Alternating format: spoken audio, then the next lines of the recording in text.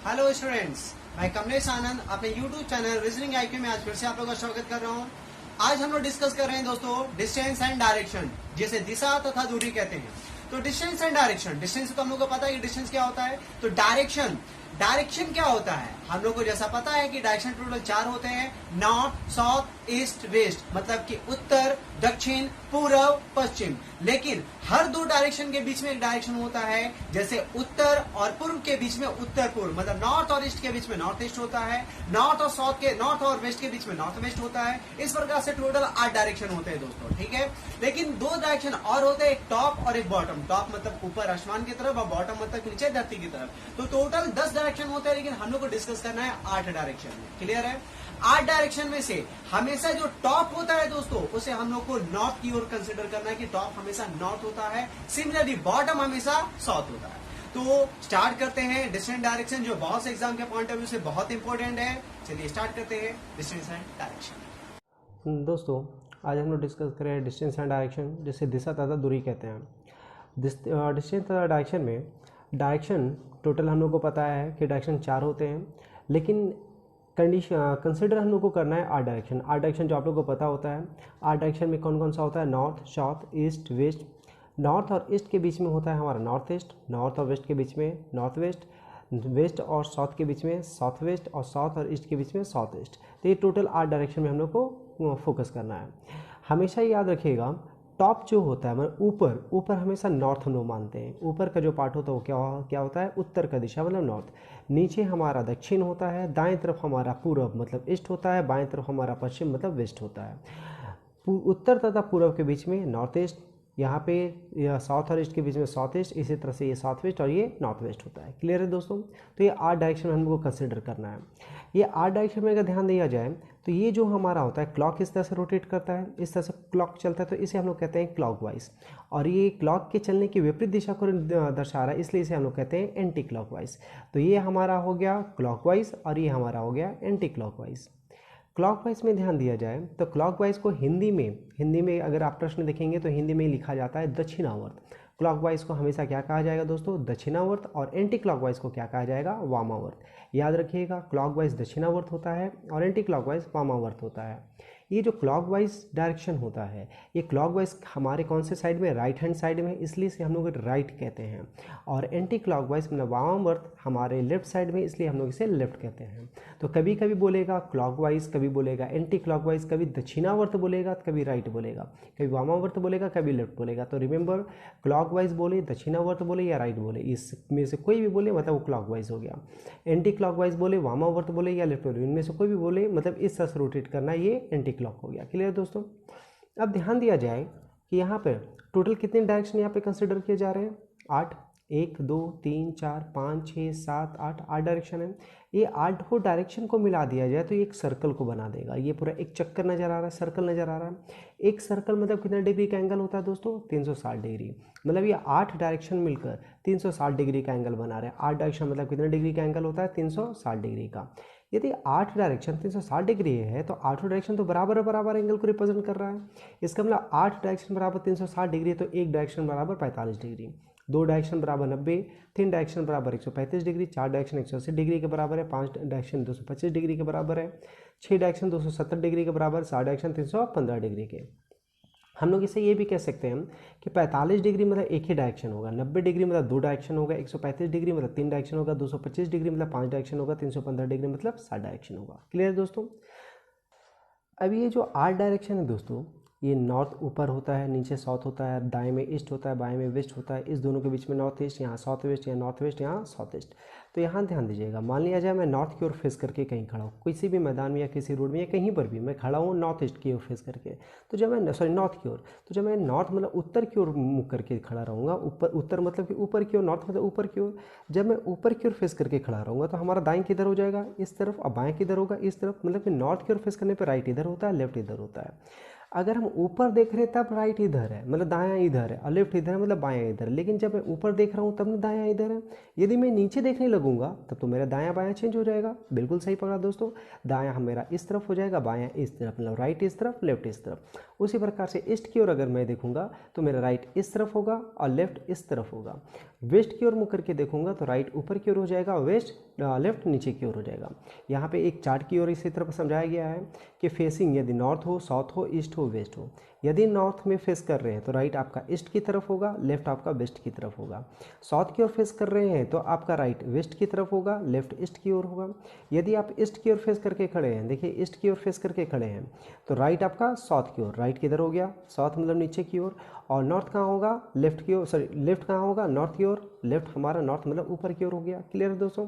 इस तरह से वेस्ट की ओर देख रहे हैं तो नॉर्थ आपका, राइट आपका नॉर्थ की ओर होगा और लेफ्ट आपका साउथ की ओर होगा। क्लियर है। यहाँ पे एक चीज़ ध्यान दीजिएगा, ऊपर हमेशा नॉर्थ होता है, नीचे साउथ होता है, दाएं तरफ ईस्ट होता है, बाएं तरफ वेस्ट होता है। क्लियर है।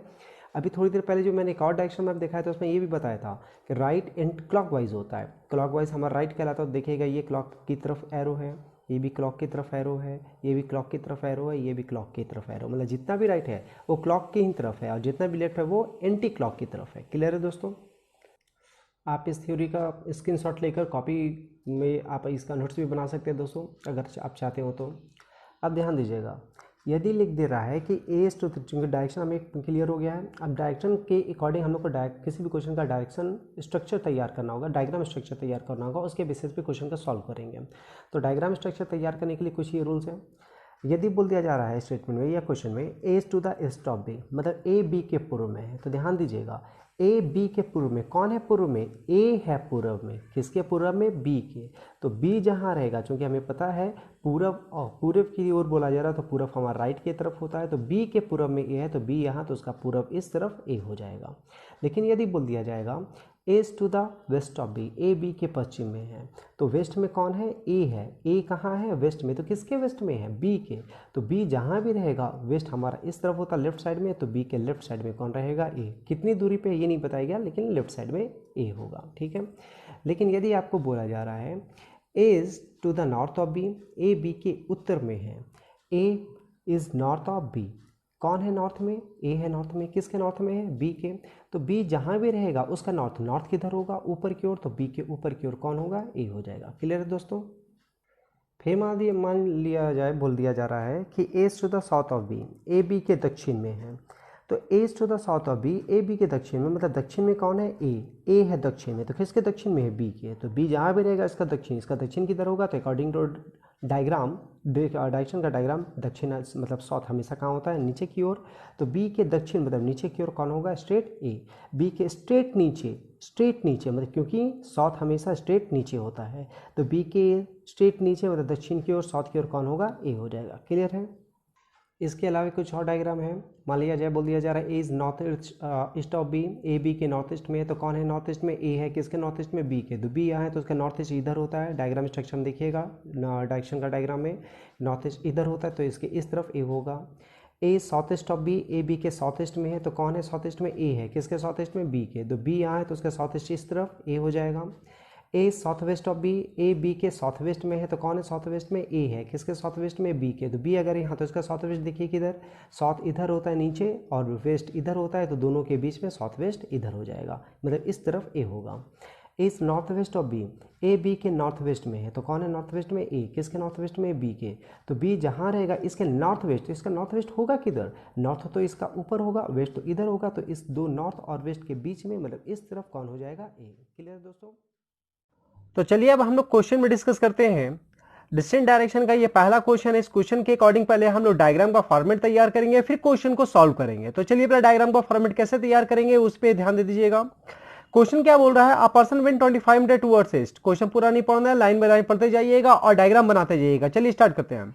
A person went 25 metre towards east, एक व्यक्ति पूर्व की ओर 25 मीटर चला। ध्यान दीजिएगा, ईस्ट हमारा किस तरफ होता है, राइट साइड में होता है, तो कोई भी एक पॉइंट कर लीजिए, मान लिया जाए ये पॉइंट। अब यहां से वो व्यक्ति पूर्व की ओर मतलब ईस्ट मतलब इस तरफ कितना मीटर चल रहा है, 25 मीटर। तो एक लाइन खींच दीजिए 25 मीटर के अप्रोक्सीमेट में, ये 25 मीटर का ड्यूरेशन ये तय कर लिया। क्लियर है दोस्तों।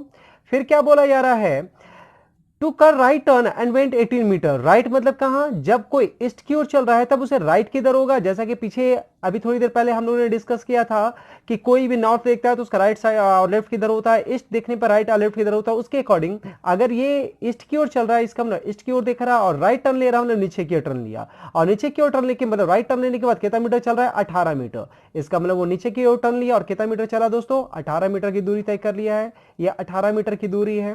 क्लियर है।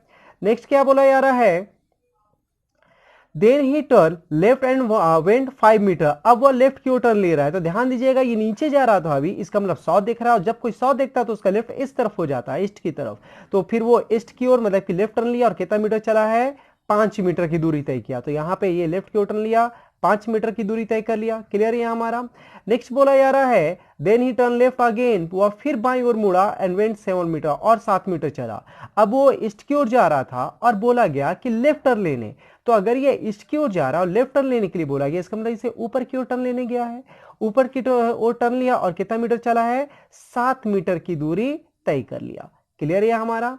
नेक्स्ट एंड लास्ट लाइन क्या बोला जा रहा है, and finally he went 30 metre towards west. अब वो वेस्ट, वेस्ट मतलब किधर, इस तरफ, पश्चिम की तरफ कितना मीटर चला, 30 मीटर। तो ध्यान दीजिएगा 30 मीटर जब इधर से चलेगा तो 5 मीटर चलने के बाद तो इसके इक्विवेलेंट 5 मीटर चल के तो इस पॉइंट पे पहुंचेगा।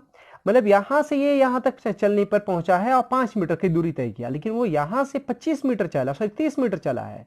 तो 5 मीटर में यहां चला मतलब कि एडिशनल 25 मीटर और चला, और एडिशनल 25 मीटर और चलने पर ये दूरी वो तय करेगा। ये दूरी क्यों तय करेगा, क्योंकि अगर ये 25 है तो ये इसके इक्विवेलेंट 25 ही मीटर चल रहा, मतलब ये जहां पर है पॉइंट, उसी पॉइंट है, इस पॉइंट से इस पॉइंट की दूरी 25 है, तो इस पॉइंट से भी इस पॉइंट की दूरी 25 मीटर ही होगी। इसका मतलब यहां से वो 30 मीटर चला तो 5 और 25 30 मीटर चलकर वो यहां पहुंच गया। क्लियर है दोस्तों। तो ये हमारा डायग्राम स्ट्रक्चर तैयार हो गया। अब क्वेश्चन पूछ रहा है how far is he from starting point and which direction. Starting point कौन सा था, ये था, बिल्कुल सही। अब वो खड़ा कहाँ है, यहाँ, मतलब इसके अकॉर्डिंग ये डायरेक्शन और यही डिस्टेंस हम लोग को निकालना है।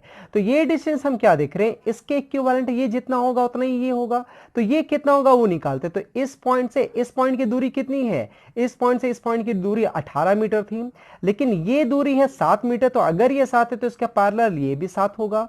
अब यहां से यहां अगर ये 18 है और ये 7 मीटर है, तो 18 में ये 7 हटा देंगे तो बाकी जो बचेगा वो इसकी दूरी हो जाएगी। इसका मतलब इसका डिस्टेंस है 11 मीटर, और ये पैरेलल है तो ये 11 है, तो ये भी कितना होगा, 11।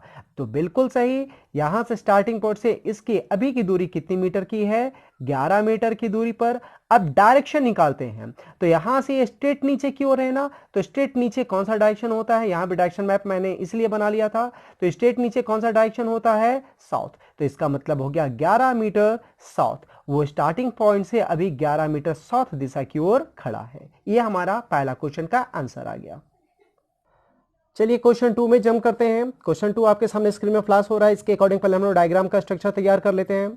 Rahul walk towards north after walking of 60 metre turn left. Rahul उत्तर की तरफ 60 मीटर चलता है। उत्तर मतलब हमेशा कहाँ होता है दोस्तों, जैसा मैंने डिस्कस किया था, यहाँ डायरेक्शन मैप भी है, नॉर्थ हमेशा, उत्तर हमेशा ऊपर की ओर होता है।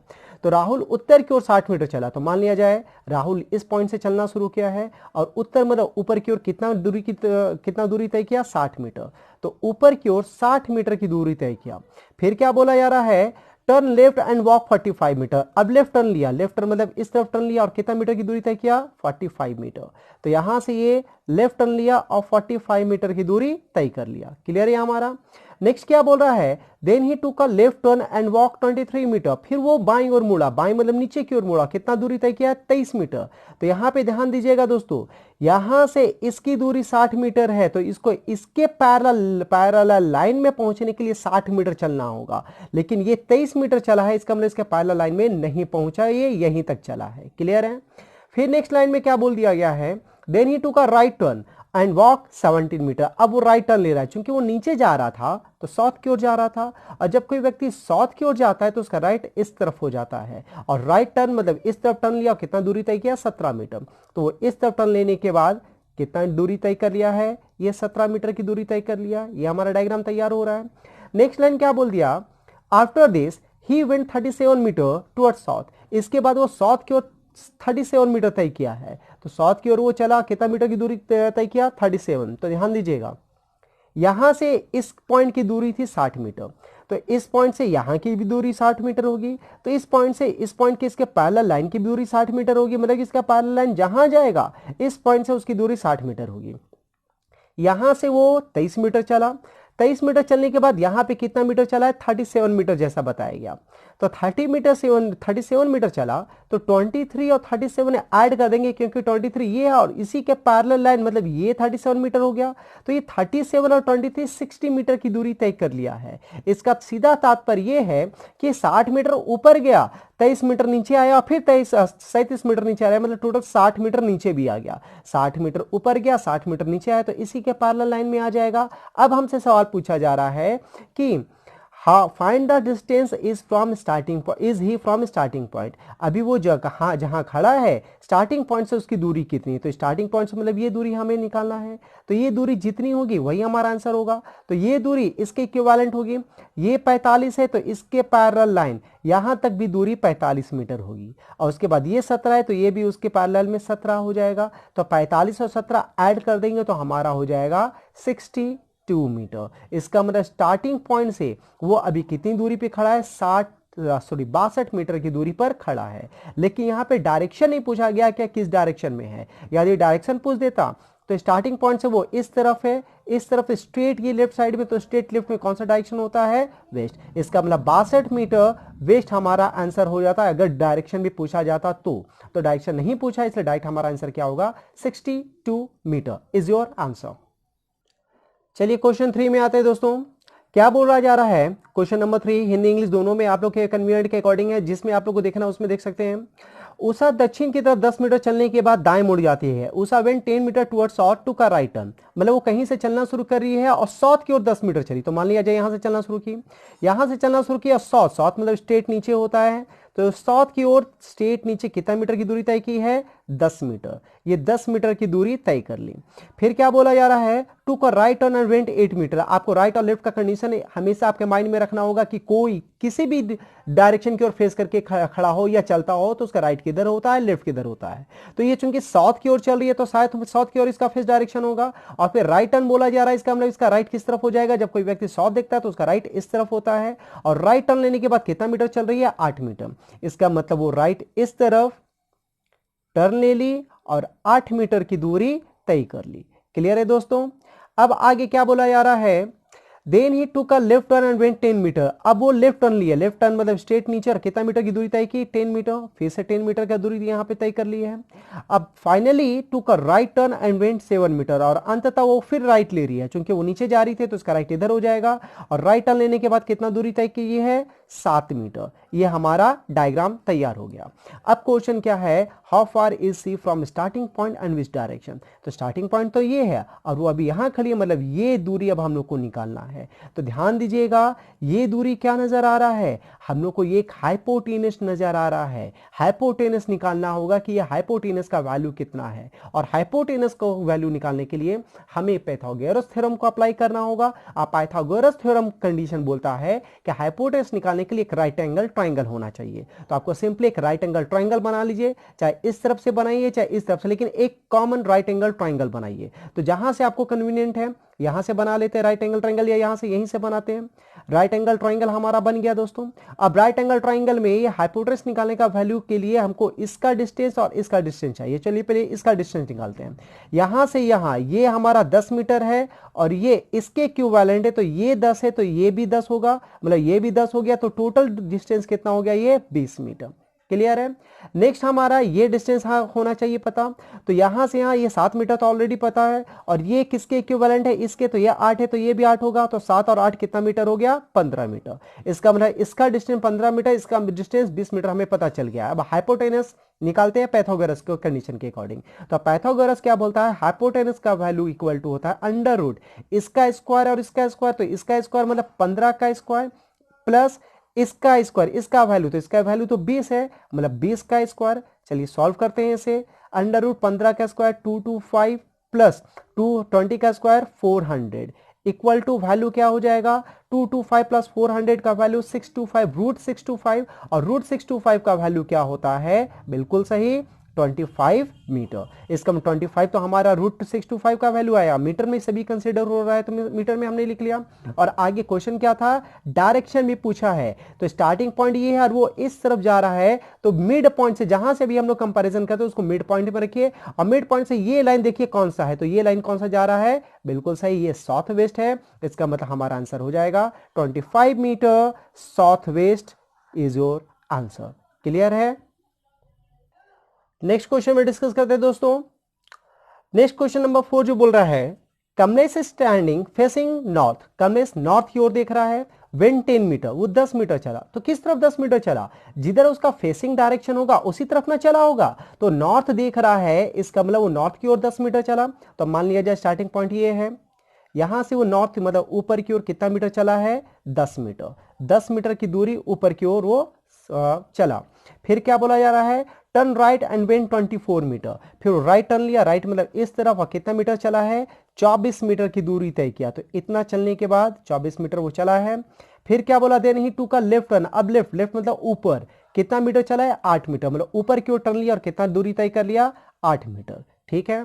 How far is he from starting point and which direction, मतलब कि वो यहां से चलना शुरू किया, यहां पे पहुंचा है, तो ये डिस्टेंस अब हम लोग को निकालना है। ये डिस्टेंस फिर हमें क्या नजर आ रहा है दोस्तों, एक हाइपोटेनस, और हाइपोटेनस निकालने के लिए एक पाइथागोरस थ्योरम को अप्लाई करना पड़ेगा। पाइथागोरस थ्योरम बोलता है कि राइट एंगल ट्रायंगल होना चाहिए, तो राइट एंगल ट्रायंगल हमने बना लिया।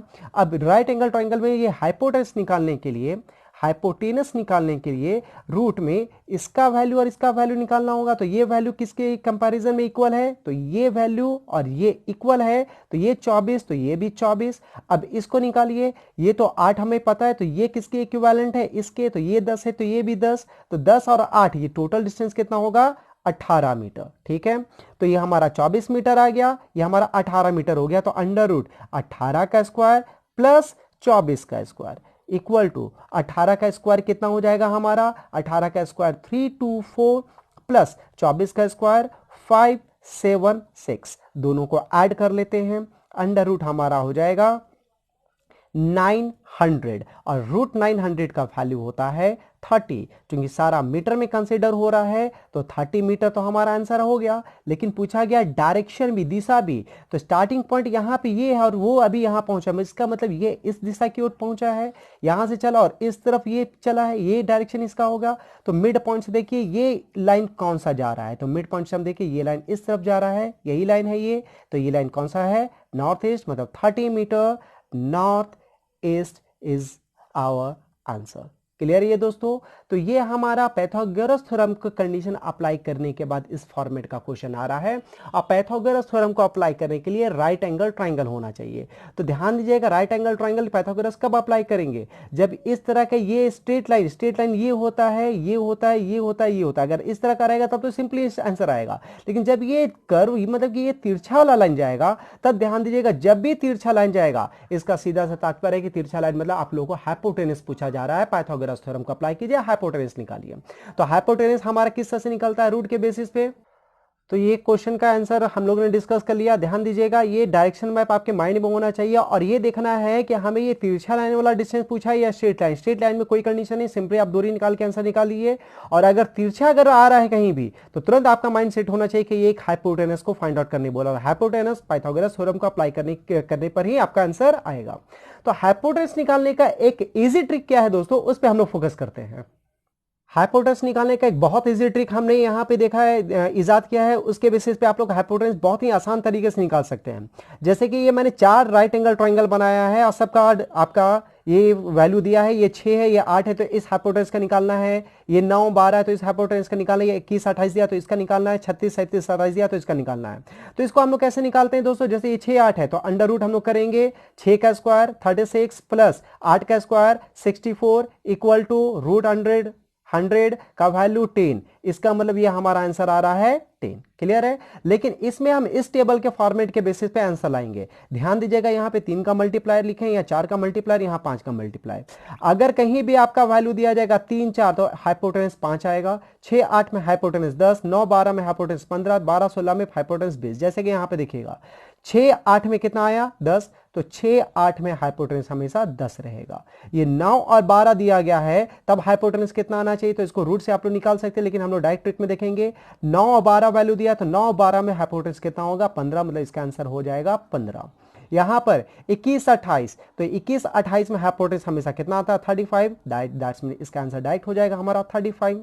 ये 27 36 है, तो 27 और 36 में हाइपोटेनस कितना होता है 45, तो ये हमारा आंसर हो जाएगा 45। तो ध्यान दीजिएगा यहाँ पे क्या किया है, 3 into 2, 4 into 2, 5 into 2, 3 into 3 9, 4 into 3 12, 5 into 3 15, 7 into 3 21, 7 into 4 28, 7 into 5 35।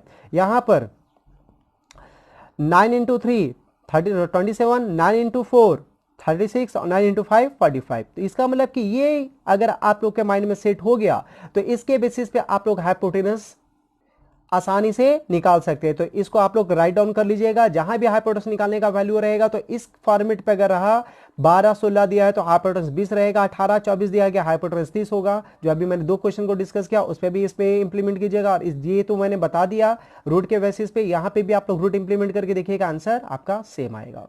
Clear है? तो ये हाइपोटेनस निकालने का एक बहुत ही इजी और शॉर्टकट कंडीशन है दोस्तों। ये वीडियो कैसा लगा आप लोग नीचे कमेंट बॉक्स में कमेंट कीजिए, और बहुत जल्द ही हम डायरेक्शन और डिस्टेंस चैप्टर का दूसरा